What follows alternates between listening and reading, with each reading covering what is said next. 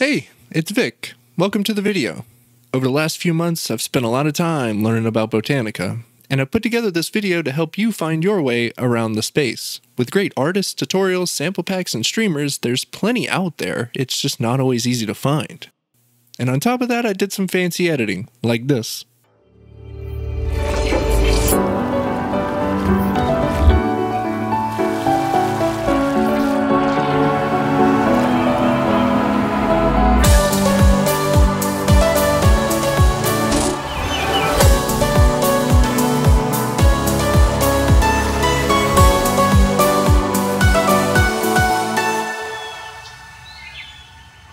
There are two sides to Botanica.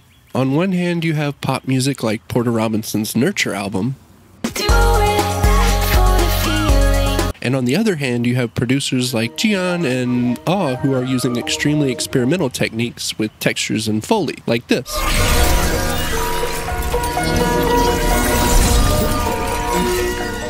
But before I get too far ahead of myself, I want to show you how it all began for me. I stumbled across this genre a few months ago, and I was obsessed. Immediately obsessed. Something about it just made me look at music differently. It made me feel differently.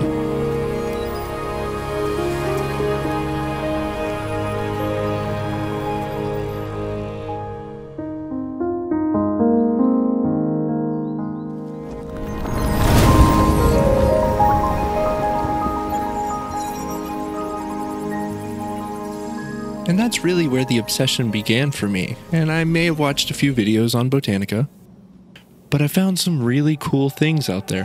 Don't try to make yourself remember, darling. Don't look for me, I'm just a story of being told. So let's pretend a little longer. Botanica gives me a sense of melancholic nostalgia. A disassociation from what we expect. A type of music that rarely has words, but can make you feel hopelessly lost and safe at the same time. Something about the genre brings me back. You know the risk of hurricanes in your area. Trim the trees around your house.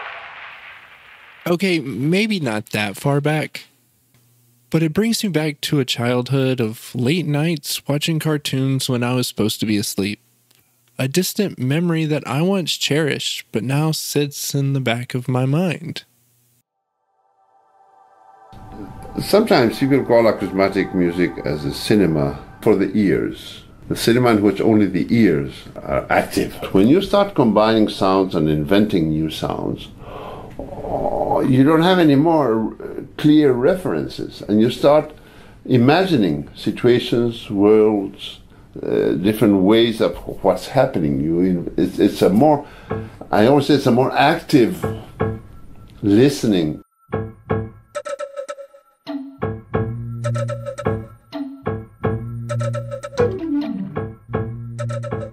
And at some point along the timeline, we went from somewhere around here to here.